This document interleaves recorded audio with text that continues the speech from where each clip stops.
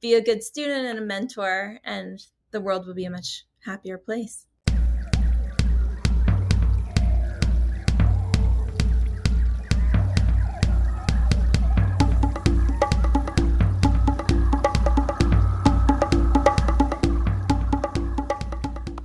Hi, welcome back to the Wild Business Growth Podcast.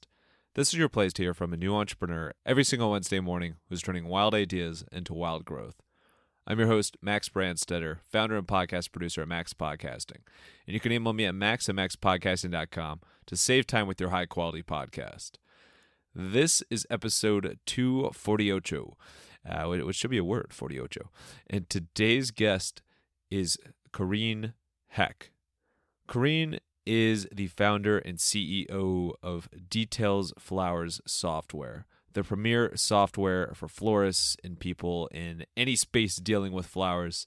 And it helps you run your business, streamline your business, run it efficiently, and it's super user-friendly. In this episode, we talk how she started the company, how she got into the flower space, how she built up her software and tech skills, how to build out your team while keeping great knowledge of every task, but also getting really, really good at delegating, and some stories about her husband and his giant beard and a certain party trick that he can do. It is a true what the heck episode. Enjoy the show.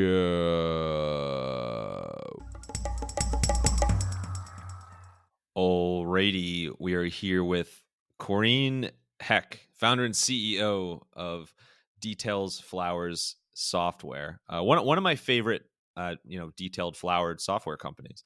But Corrine, so excited to speak with you. Just an awesome business, awesome entrepreneur story, which is a tongue twister, but really excited to dive into it today. How are you doing today? Thanks for coming on. I'm doing great. Thank you. Thanks for having me. Of course. And you didn't know this, but you and my wife are sisters. Oh, really? Yeah, so you and my wife are both in AOPI. So Whoa. That's where I thought, okay, at the University of Florida, same time? no, she went to Elon, so slightly different. But yeah, you're still sisters. That was the point of this interview, was just to make that connection. But no, I'm curious first and foremost. Have you since birth, have you always had a thing for flowers? Have you always liked flowers? I have been very fond of flowers growing up. So my family owned a nursery. I kind of grew up not knowing any other way. Then people don't have tons of plants everywhere. And yeah, I would say my first job out of the college was wanting to work at a flower shop. So it was just what I longed to do. Just a lifetime of petals and what is it? Pistils and there's all sorts of names of. Yeah, exactly. Stigmas. Yeah. But what is it about flowers that's still besides having a business around the space, what is it about flowers that just pulls at your heart? Well, I mean, I think it's the reaction of when you give them to people. When you see someone, if you just hand them a bouquet of flowers, they always act surprised, or like they feel like they aren't deserving, like, oh, for me, like this. And that's a good feeling to get. Even when you get them yourself, you're like, oh, because they're special. And now I know how special they are. They're very special. So be excited if you ever get given a bouquet of flowers, or you give one. So it goes both ways. Yeah, it's a great feeling both ways. That's on the flower side. What about the software side? When did you first get interested in like the techie / coding / software side of how stuff works? I wasn't ever all that interested in getting into it, software, but once I saw like a Microsoft Excel spreadsheet and saw how you could make it do different things or commands or calculations just by moving from one cell to the next, like that part fascinates my brain. And and I can spend hours tinkering on things. So I think it was that curiosity that led me into this job. But I guess back in 2001, so working for an import company and just thinking, how can I make more money? How do I need to get my margins higher? What price do I need to sell this at? And I needed to know quickly. So, run a math calculation and then you know the answer. What is it about Excel that was like a good fit? We've since moved away, although I do use Google Sheets regularly every day and everything that we're doing. I just think my brain works that way and it really likes a simplistic formatting. And if you can reference something else and pull the data really quickly, that is what is, I think, foundational to anything. But where I really saw the need for the software was I couldn't pull specific dates that had happened in the past if they were of different file size. So that kind of like looking across those different Excel sheets was limited to a certain degree, and it still required so much handiwork on our part. So voila, I thought I need to get this made into a software and I could save myself tons of time. Really, it was very selfish. I was wanting to not, it was a selfish thing. It wasn't like I had set out to like create some type of piece of software that was solving the world's florist problems, but here we are. So twice in this interview already, you've mentioned the word quickly. So let's slowly get to your business story. So and I'm shout out my wife, Dana, who says I do everything slow. That was part of being a husband, is you do things more slowly. You got to take time to truly commit to any exercise. That's true. Right. Yeah. It's the long game, but details, flowers, software. So super cool, innovative business. Just quickly all around. No, but I think it's in a super unique space, and it found, to your point that you just said, you found an area that you just selfishly wanted to solve, and you knew could make things more quick and make things more efficient. Can you take us through that first actual like pain point of like, oh man, I wish there was this, so this would make everything easier? After I left the import flower business, I opened a boutique floral design studio in Daytona Beach, Florida, and I would do a lot of destination weddings. And part of that process and meeting with, brides and fiancés is getting this information to them easily, quickly, and in a beautiful, presented way that made you look like you could put together beautiful flower arrangements too. So if your proposal didn't look good and it wasn't very thoughtful, or did you not write the words of the florals all out, and some of these words, florals, are very complicated scientific names, dendrobium orchid, like type that 1,000 times.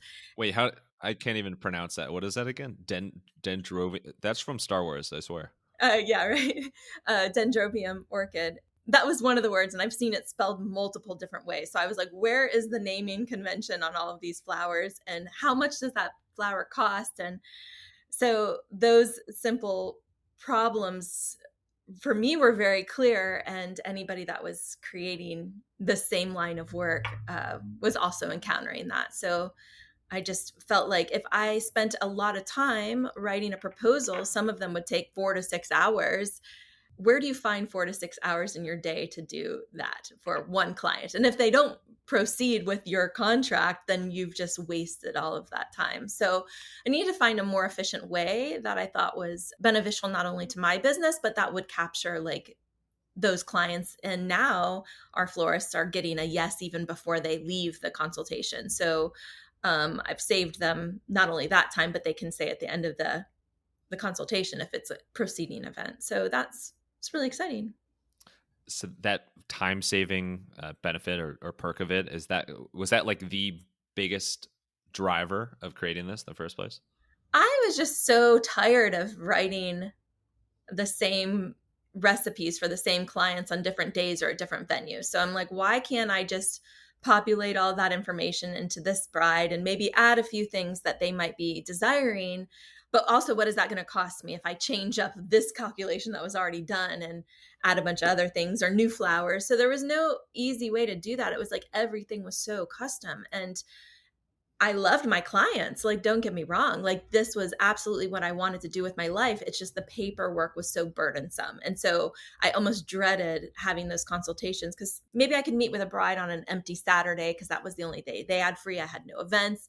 Then I'm meeting with 5 different people, maybe in one day. And then I have to go and I have 30 hours of work ahead of me. And you kind of have to prioritize, okay, which one gets my time? Which one's more important? And if you're late, they'll book someone else.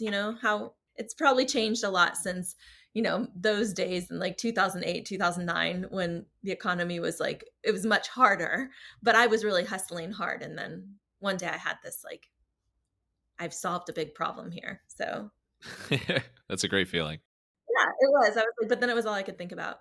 Well, all I can think about is the word paperwork because as soon as you said paperwork, I just like the feeling when you hear that word is just terrible. Like I've always thought like especially, lawyers and people in real estate, like people in fields that work with a ton of paperwork, it's like it takes a lot of determination and I don't know, grit, mental strength to like get through, piles and piles of paper every single Can day. you imagine that's what our lives have like back in the caveman days? Who would have known Yeah, yeah.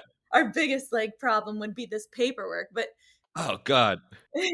but it all comes down to if I didn't spend the time to be meticulous about it, I would completely maybe over describe some person's wild ideas. And if I get that wrong and I can't back it up with actual calculations of stem counts and flowers, like you could really like ruin your reputation in a large degree if you wrote flowers hanging from the ceiling. Like, okay, how many flowers are we going to have hanging from the ceiling? I don't necessarily need to tell them, but I need to write it in a better way that's like trinkles of flowers like dripping from the ceiling. Yeah, the I remember from our wedding, cascading. Do you want them cascading? That was a new, vivid verb in that sense. I'm glad you're paying attention. A lot of the you just read the contracts, so That's just true. I'm so exhausted from reading these. No, but you're welcome.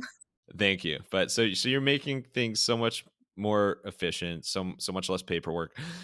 When you think of the business now versus when you first started, can you walk us through adding kind of more benefits, more offerings as part of your software?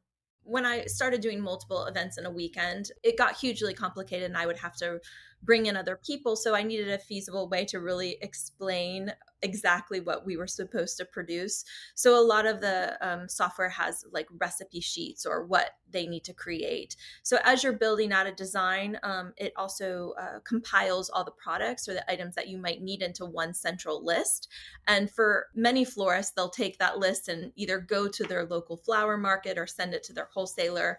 A lot will go on to different websites to buy those products. But this way, with the system, they can send those orders directly to our partners without even having to do anything. So if they have a trusted partner, that always is giving them really, a stable, accurate pricing, then they could be kind of predict where those flowers would cost and have like a team that was behind them. So it also helps with the contract writing part. You might have different legalities that you have to follow when you step foot into one property versus the next. And so you need to make sure that you identify what you will or will not do and the deliverables as such. And, you just need a way to house those easily to be able to pull up different ways. Or, it wasn't the same. A corporate event has different requests than maybe a wedding event at certain venues. So a lot of things play into factor of why the software saves a lot of time. But those are some of the main things. And plus, it has all of the flowers that you can imagine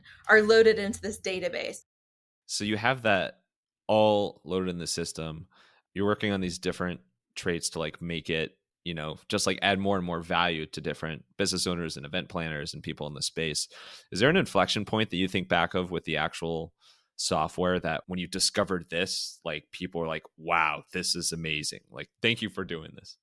Oh, well, I mean, I think just the ease of automation. I think the very first client that I ever showed the software to was an event designer out of Orlando, and he had one single tear that just ran down his cheek when I showed him what I had created because he was like, my life has been you really have thought of it all. And so I feel like just hearing those thank yous or meeting people that are like, wow, you've saved me a tremendous amount of time. And like, what is more valuable than that? Like, I think a florist doesn't necessarily give herself much of an hourly rate as high as I think like an attorney would value their time. But really, we should be at that same level. So that's what I'm just trying to encourage more people to like know their worth and that you can do this pretty quickly and be profitable at it. Right. Well, it's the paperwork. I mean, the amount of paperwork that attorneys go. No. Yeah. But you've seen major growth on the software, like the SaaS. You consider yourself a SaaS company? I guess so, right? Software as a service. I've always wanted to use that in action. And Really. then in addition to that, you've grown the team a ton from the beginning, where I'm sure it was just you at the start.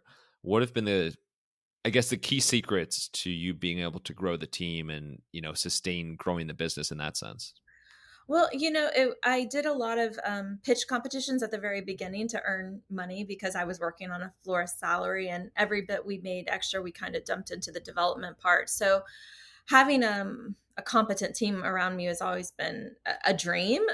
But as I was moving through the different areas, I decided to not take investment money because early on, it was a decision I kind of made that I thought that this could grow more organically. And it's been a nice, slow moving process to get like very good teammates on my side rather than running at 100 miles per hour and hoping that people come on eventually. But I think just being good to people, but also having boundaries set and having expectation levels is really important. I did so many of the jobs. I've done every job basically on my team. So I know exactly the kind of skill set that it will take. But I also feel like I know the customer better than anybody ever can really understand. So I feel like as the floral industry as a whole has put a lot of pressure on me to do this the proper way. And we get a lot of feedback on what we need to do. So I don't know. We do a lot of listening, and then I hire people who can listen and then smile and give them back what people are asking for. It's great that you've tried out so many of these different roles. So like exactly like how to deal with problems and pain points when you're training someone new for the role. Over the years, how have you as a business leader gotten better or worse? Who knows? But I'm assuming gotten better at delegating and like training new team members. I guess it depends on who you ask, right? We're all going through different things. I try to gosh, it's such a loaded question. I feel like we're all Sorry, every now and then yeah, there's right? like a thoughtful question that slips in here. It's terrible. I do try to be great to everybody on my team, although unfortunately I think that some people are not well suited to work with me on plain and simple. Like if they're not on time or constantly. Yeah, sorry. I should have showed up 40 minutes early for this I interview. know. Max was like, gosh. No, but I just want to know that I value my time as much as anybody else. And I think I like things quick.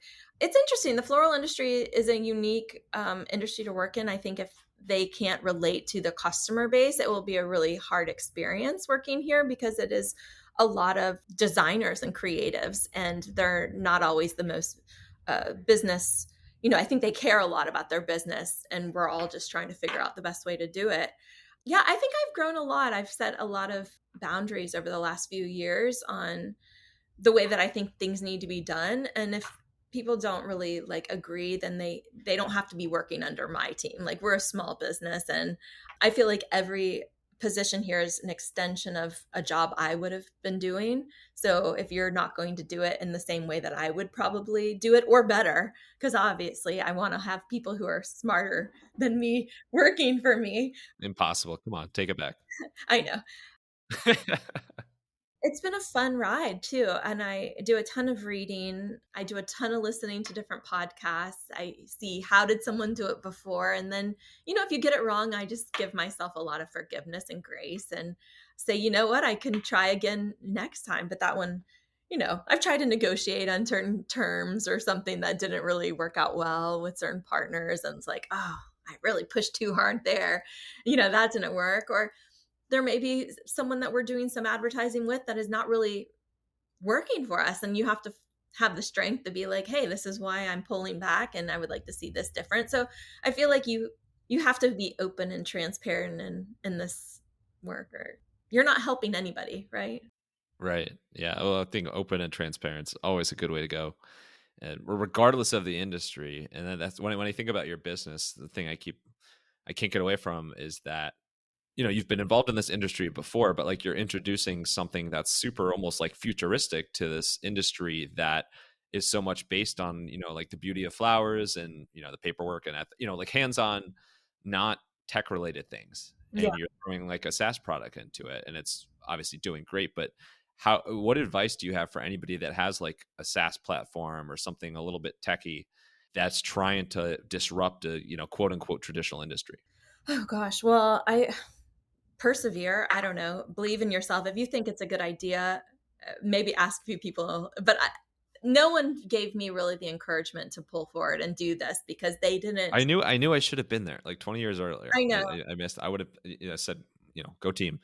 Something that seems so clear and easy to me often wasn't so clear to other people. They said that I would never be able to do some of the things that we've done. And that to me is really fascinating and satisfaction, like giving to myself, like just seeing it through. But it's definitely not come with any, like, not an easy road at all.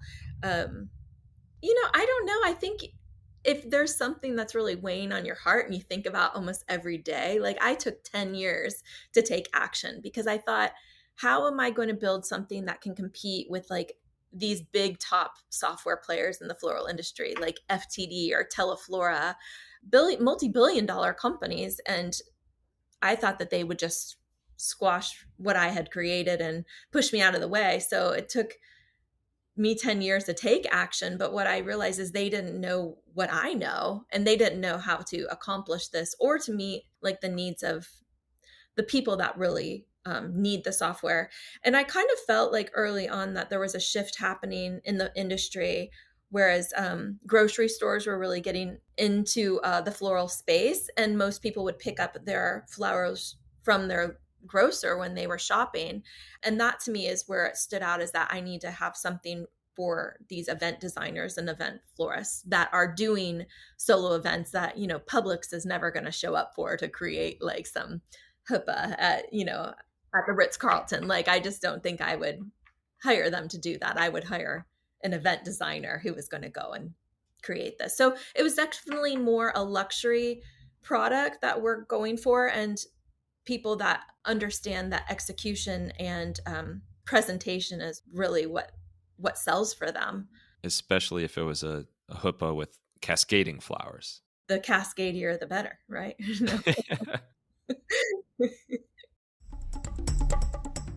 That is hands down the best use of cascadier I have ever heard. And now you're going to hear the best use of podcasting to the max, if you're, or maybe the second best one you've ever heard. If you want to get a short and sweet email from me every Thursday that combines podcasting tips, entrepreneurship tips, and terrible puns that are sure to make you just probably stop what you're doing and give up on humor, then you should sign up for the Podcasting to the Max newsletter. It is Podcasting to the Max here, and you can do so at maxpodcasting.com/newsletter. Now, let's get weird. As if this hasn't been unusual enough. Again, sorry for that. That's just the vibe I evoke of people. Let's get to a segment called The Unusual. So this is more you just on the personal side, like pet peeves, besides people running late. Not that I'm guilty of that. Pet peeves, quirks, weird talents. So let's start with quirks. What is something that is a little bit maybe quirky about your personality that your family or friends or team, somebody calls you out for, but it's just part of your personality? Okay, so I file all of my emails once I do them away. So I don't have 1,000 emails in my inbox. Like, I have like 6 emails, and then I'll accumulate a bunch of them during the day, but I try to get through my inbox. So I organize all of my things. Nice. That's good. Is that quirky? Is that chaotic? Yeah, I'll give it to you. That's how like around the house I'm kind of like OCD with stuff and like everything like very like organized, but like email I've tried to do the folder thing. You mean like into separate folders? Oh, they all have their own folder. Like Max Okay. have a folder. Perfect. It's a huge folder, the best. But no, that's great. No, I've tried it before, but now I just try to read them and like I'm a big deleter now. I'll delete them when I'm Oh, done with really? it. I might delete, like, I delete though, but if I get a Starbucks something, and actually no, I also like to collect points from Starbucks, so that's pretty quirky. Like, I will buy something extra from Starbucks just to get the points. I knew you and my wife were sisters. It's an ale pie thing. Right. How about weird talents? What is a weird talent or party trick you have? Something that it really doesn't have much use, but you're like, wow, I can do this. I don't have one. My husband can breathe fire, so I like to applaud for him. Wait, Okay, yeah, that's dessert. Yeah, I'll count that for you as well. That I have to sign something before I whatever. The funny thing is he has a very long beard. It's very dangerous, and the lamp Wow. oil, it could go everywhere. Like, was he born with that talent? Like, how does somebody learn to do that? He just wanted to do it. You just have to try. If you try, you can accomplish anything, Max. Thank you. And that's a perfect place to end. No, we have a little bit more. Pet peeve, besides the timing thing, what is your biggest pet peeve? Something that grinds your gears? Gosh, some of my neighbors in our HOA, they like to yell at my dogs for barking at them. That really grinds my gears. And your dog likes to bark at them for yelling at Yeah, you. they like slow roll past our house in their golf cart, and like the dog barks, and then they'll yell at the dog for barking. But it's like, just keep speeding up, like keep driving on by. I don't know. It might be something in the car. My husband likes to tailgate. I really don't like that. Oh, I thought someone was driving behind us earlier. Yeah, That explains it a lot. I don't really care for that too much. I'm a pretty nice driver otherwise, though. Like, I'm like, oh, come on in. And he's like, no, you're not supposed to do that. You're supposed to cut them off. I'm like, no, they need in. So I'm generally pretty easy. I don't know. When you back into a parking spot, that isn't the right, you just shouldn't do that. Like, let's just Mm. move along. Oh, I'm with you.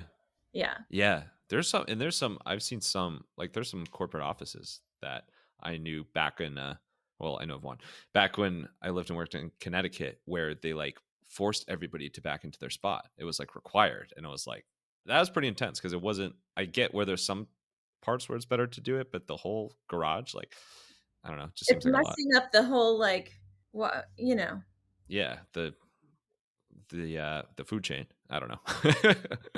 But all right, let's wrap up with some rapid fire Q&A. Oh, You ready God. for it? I'm terrible at this.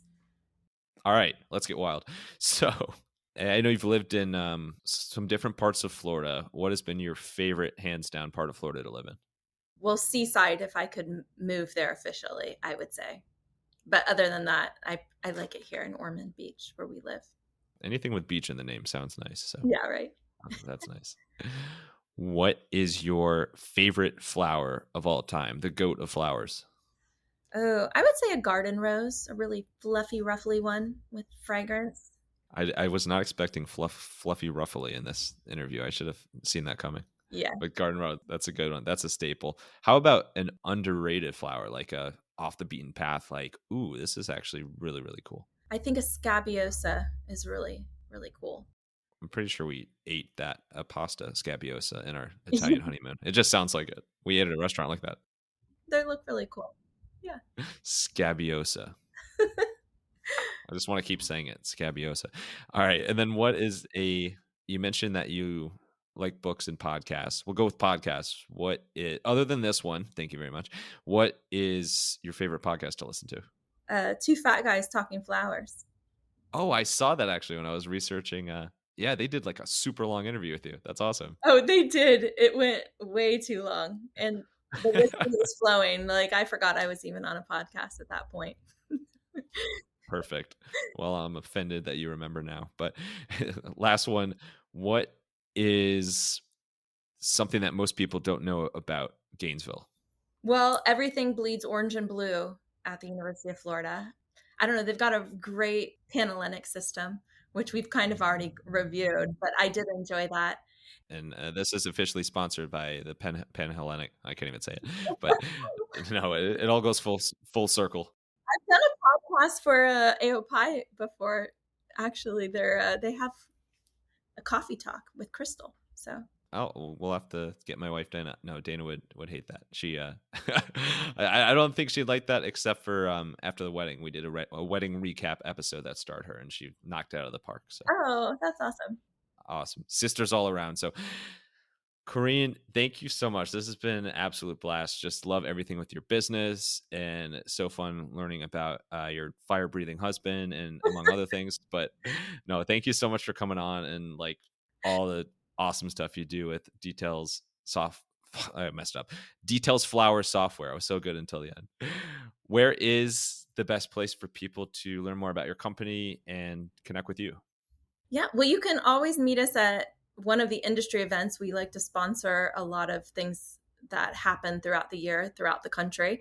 But you can reach me on our website at www.detailsflowers.com, and also Corrine at detailsflowers.com if you want to send me a direct message. Or you could text me at, no, no, just put all my things out there. But you could follow us on Instagram too. Perfect. And what's the Instagram handle? Details Flowers? Details Flowers. We really changed it up there. Awesome. No, that's the way it should be. Just know if you email Corrine, she just might create a separate folder for you. So it may happen. Or it might be called the trash folder. Who knows? No, you would never do that. All right, last thing. Final thoughts. It could be a quote, like words to live by, or just any sort of short and sweet entrepreneurial advice you have. Send us home here. If you are going to take advice to build your business, you also have to be ready to give advice when the time comes. So be a good student and a mentor, and the world will be a much happier place. A happy flower bed full of thank yous. Thank you so much, Corrine, for sharing the Details Flowers software story. Say that 20 million times fast. And sharing all your tips and insights and stories. And thank you, wild listeners, for tuning into another episode.